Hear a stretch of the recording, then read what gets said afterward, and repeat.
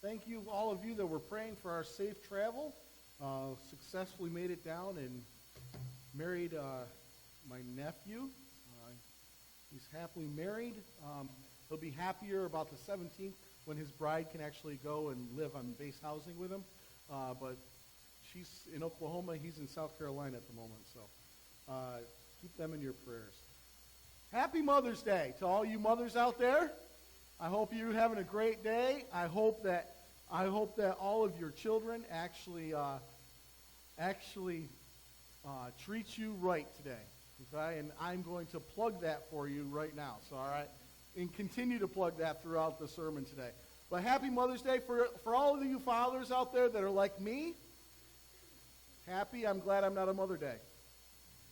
All right. Because moms have a harder job, I think. Moms have a difficult job.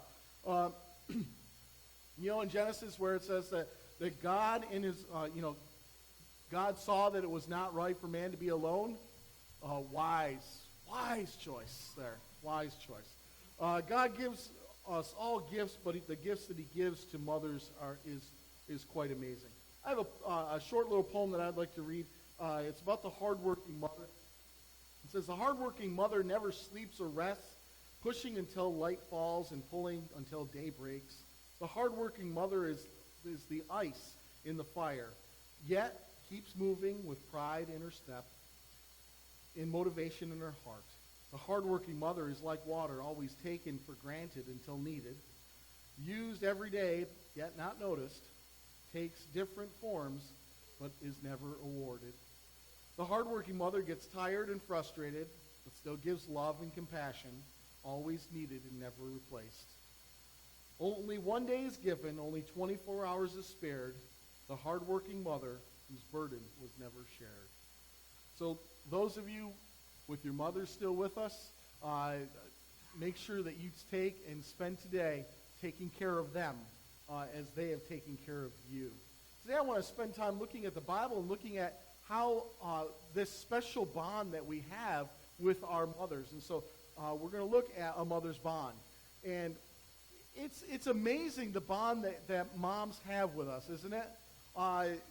It's not easily explained, though. I can't explain it. It's something very different than a father and a son, or a father and a daughter. It's something very, very special that they have. And it is. It's hard to explain. It was pointed out to me by Carrie this week that in the NFL draft this year, almost every single one of the players that were picked in the first round had pictures with their mother. The very first thing they did was have pictures with their mother. Even big old NFL players, I guess. So they have this special, special bond. When we call home, I don't know about you, when I call home, Mom usually answers the phone, right? And when Dad answers the phone, for some reason he goes, yeah, your mother's not here. Right away. Right away, like I could never call just to talk to him. But it's that special bond that we need to discover today. And I want to discover exactly why God has put that with us. I think, first of all, the special bond has something to do with three different things here. And so the first thing I want to look at is our special bond of compassion. Moms have compassion for their children much, much more than fathers, okay? And all you dads out there, you know I'm right, all right? You know that's how it is. Moms have so much more compassion. My son, a few weeks ago, got his bike out. As soon as the snow had finished, he got his bike out, and we have a hill behind our house, and so I've taught them how to just ride down the back hill. He ran into the house, which, is a hazard.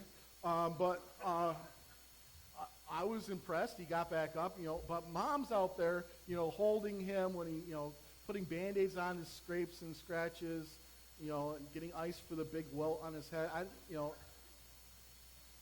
Moms have compassion more and more than anything you can imagine.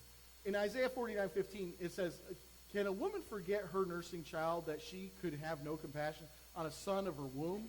Even these may forget, yet I will not forget you. God is showing here that he actually has more compassion than anyone else, okay? But it's interesting, that he actually picks a mother. So I would say, from this passage that God obviously has the most compassion for us. But yet, moms, I would put in a close second there. Moms have great compassion for their children. And so it's very important that we understand that. So compassion is definitely one of those things that creates that special bond. The other one's love. Now, I'm not saying that fathers love their children any less, but there is a special love that your mother has for you. It's a special love. Listen, I don't know whether it comes from being in the womb for 9 months or whether it comes from just growing up with that child and helping them to learn and become obedient. But there is a special bond that is created. It's even seen in Ruth here. This bond is even seen in Ruth where it says, "But Ruth said, 'Do not urge me to leave you or return from following you. For where you go, I will go. Where you lodge, I will lodge. And your people shall be my people, and your God, my God.'" She's saying this to her mother-in-law, okay, which may be foreign to many of you. But she loves her mother-in-law just as deeply as her mother-in-law loves her. And so she has this bond. And so we have this bond of love that is amazing. It's motherly love that first teaches us what we are to expect from our future relationships also. I want you to understand. We look at mom's love, and that's where we find all of our relationships further on. If you think about it, our mothers are the first real loves in our lives. And when we're children, she's the center of our universe, and we are the center of hers. She's our protector, our caregiver, and our biggest fan. And so when we go out to find a relationship of our own, the love that we look for, especially if you're a guy, is your mother. Now, I know none of your wives want to hear this, but a lot of guys marry someone very close to their mother, okay? And that's just the truth. And same goes with the opposite way also. We learn love from our mothers, though. We learn compassion from them. We learn love from them. We also learn another thing here. The special bond also comes from understanding faithfulness. Faithfulness is incredibly important here. In John chapter 19, verse 25, it says, "But standing by the cross of Jesus were his mother and his mother's sister, Mary, the wife of Cleophas, and Mary Magdalene." Jesus' mother, and we're going to talk about her in just a moment, but Jesus' mother was there at the cross in her son's worst point of his life, in his death. She is there, and she is there helping him through it. Faithfulness is easy to see in our mothers. Proverbs 1 says this, "The fear of the Lord is the beginning of knowledge. Fools despise wisdom and instruction. Hear, my son, your father's instruction, and forsake not your mother's teaching, for they are a graceful garland for your head and a pendant for your neck." How many of you have grown up, and at some point in your life, you looked at your mothers and thought that they were crazy and things they were trying to tell you, right? Okay? But after a few years, you look back and you were like, wow, she was wise beyond her years. And we find that out. Our mothers try to teach us and are faithful in teaching us everything in our lives. 2 Timothy 1:5, "I am reminded for your sincere faith, a faith that dwelt first in your grandmother Lois, your mother Eunice, and now I am sure dwells in you as well." And that's written, Paul writes to Timothy and says, listen, I know that the women in your life have taught you this faith. It is said that if you have a mother that has a strong faith in God, that you will have a better chance. You have a much statistically better chance of remaining faithful to God if your mother is faithful to God. Now that's an amazing, amazing thing. I want to look at Proverbs 31 for just 1 minute. That was the reading this morning, and I want to just talk about just a few things with that. Proverbs 31 describes a woman, and I think it's really a view of what God wants from women, in how he made women, and how also we should be appreciative of women. And so when we look at this, we see quite a few things. Starting down in verse 11 and 12, and I'm going to apply this to mothers. I know it says a wife, but I'm going to apply this to mothers today. They're to be trusted. They're to be trusted. You never worry about whether or not you can trust your mother. You go to her with everything. She's the first person you call when you need help. There's always that trust that mothers have with their children.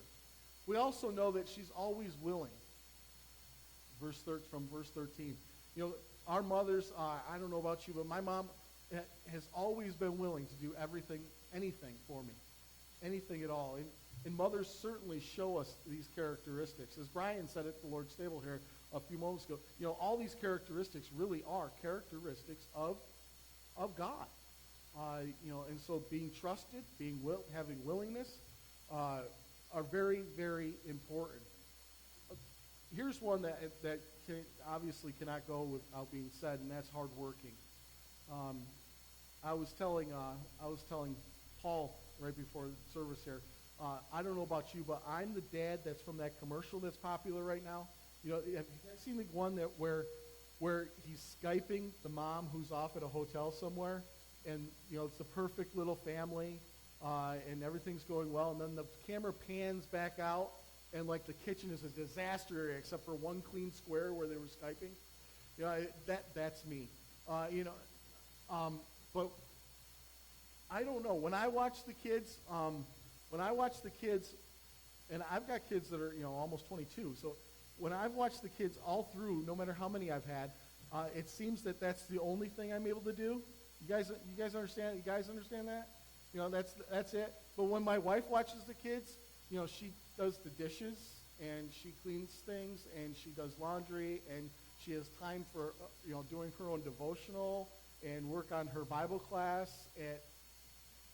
How? Because that's a secret I really need to know, mothers. Okay, so if you can help me with that after this, please come and tell me. But hardworking is definitely an attribute that God wants all women to have, and all moms definitely have that attribute. Also strong from verse 17. I like the fact that the Proverbs 31 woman is a strong woman. It's not she does things. She's able to do things that obviously the men are not able to do. That, like I was just saying. They're also compassionate. We talked about that a moment ago from verse 20. Verse 21, prepared. She's always prepared. Says her family, she doesn't worry about the winter because her family is clothed and ready for it. And so women are prepared in every aspect. Also respected. I think this is a big one. I think this is very important that we, as men, as children, respect our mothers. I think it's very, very important that we respect our mothers. But also, I think it's very important that our mothers are respected, because of the way they live. We look at them and we see someone that is very different. We see someone that we want to be like. All of these we learn mostly from our mothers. The last one is wise. Again, I know my mother has been one of the wisest people in my life, except for between ages 16 and 22. Then for some reason, she just really didn't know anything. But she was wise beyond her years all that other time. I'm sure that could have been me, I guess. But all of these put together don't equal the last thing that is said in Proverbs 31, and I want to focus on that for just a moment. The last thing that's said in Proverbs 31 is this: God-fearing. God-fearing. We can have all these things. Anybody can have all these things. It says a woman or wife in this, can be trusted, willing, hardworking, strong, compassionate, prepared, respected, wise. But all of those mean nothing without that. They mean nothing without that. Like I said just a few moments ago, you are statistically more likely to stay faithful to God if your mother is faithful to God. And that is so important for us to understand and so important for us to know. Charm is deceitful, it says. Beauty is vain. But a woman who fears the Lord, is to be praised. A woman who fears the Lord is to be praised. Our mothers are the most influential people in our early lives and development. If your mother is faithful, it will keep you faithful. I want to spend a few moments on a couple different people from the Bible. And the first one is someone who is very, very faithful, and that was Hannah. Hannah was faithful in fearing God and just in faithfulness to God. And she was faithful in a few different ways here. The first way she's faithful is that she prayed for a child. She knew that even though she was barren and not able to have children, she wanted to have a child. And so she says in this, in 1 Samuel 1:11, and she vowed a vow and said, O Lord of hosts, if you will indeed look on the affliction of your servant and remember me and not forget your servant, but will give to your servant a son, then I will give him to the Lord all the days of his life, and no razor shall touch his head. She loved her husband, yet she still yearned to be a mother. Hannah makes the ultimate sacrifice. Let me be a mother, and I will give my son back to you. She simply asks God for compassion, and in return, she shows compassion. To her, to be a mother was the most important thing in her life. And God grants her that. And God gives her a son. And as he gives her that son, she immediately renews that vow that she made, and she gives the son back after he is weaned. For this child I prayed, and the Lord has granted me my petition that I made to him. Therefore, I have lent him to the Lord. As long as he lives, he is lent to the Lord.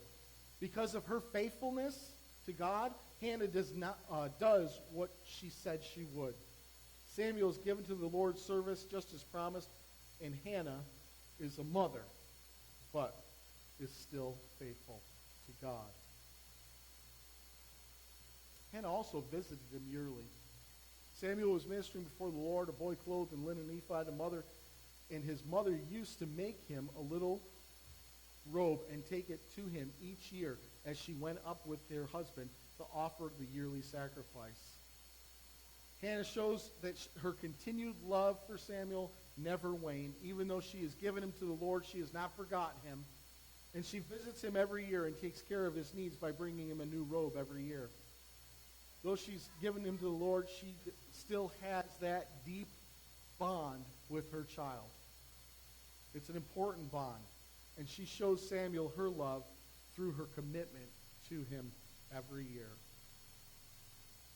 The next person I want to look at quickly here is Mary, the mother of Jesus. In Luke chapter 1, verses 26 through 28, it says, in the 6th month, the angel Gabriel was sent from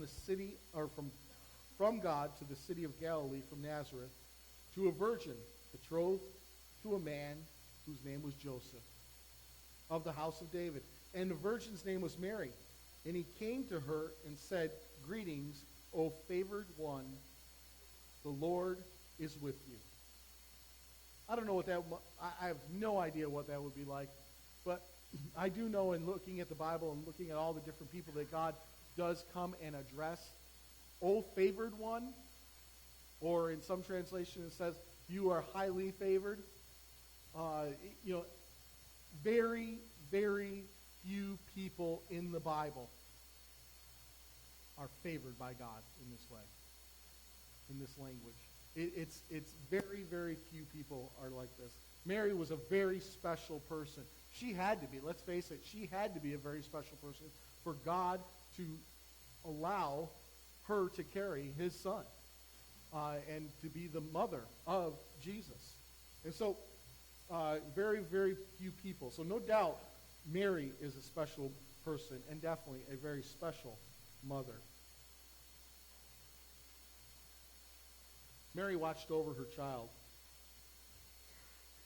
And all that heard and wondered at the shepherds, what the shepherds told them, but Mary treasured up these things and pondered them in her heart. The shepherds all came and they saw Jesus and they went away rejoicing and praising God for what they had seen. And Mary just ponders in her heart. Mary understands what is going on. She knows who this child is right from the very beginning. And she is amazed at all these things. A few years ago, as Matt said, and I didn't look up the date, so it may have been a long time ago, okay? I'm pretty sure it was because the first time I ever heard this song was back when Kenny Rogers and Naomi actually sing it together as a duet.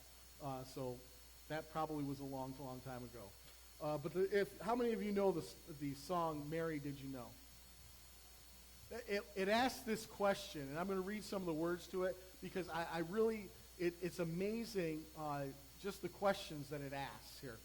It says, Mary, did you know that your baby boy would someday walk on water? Mary, did you know that your baby boy would save our sons and daughters? Did you know that your baby boy has come to make you new? This child that you just delivered will soon deliver you. Mary, did you know that your baby boy would give sight to a blind man?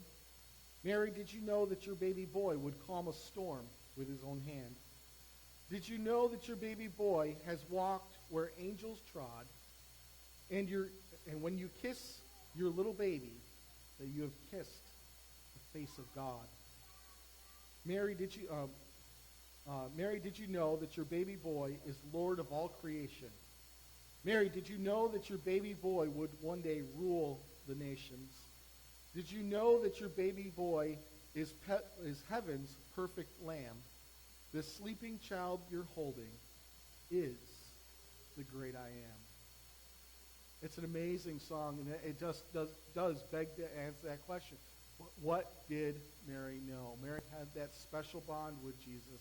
And we see that continuously. She didn't just watch over her child, but she also was very involved in his life. I really like the wedding in Cana. It says on the third day there was a wedding in Cana in Galilee, and the mother of Jesus was there. Jesus was also invited to the wedding with his disciples. And you know all this in John chapter 2. You guys know the story of this. They run out of wine. And Jesus is not the one who steps up and says, hey, let me take care of this. His mother instead brings him and says, hey, they ran out of wine. Take care of this. And he says, my time has not come. This is a typical mother, by the way. I want you to understand this. Because, I don't know about you, but I could see my mother doing something like that. Not the miracle part, okay, because I'm not doing any miracles, obviously. But, he tells her that his time hasn't come. Mary's reply isn't to him. Mary's reply is to all the other servants. Yeah, my time has not come. And she looks around and goes, yeah, do what he says.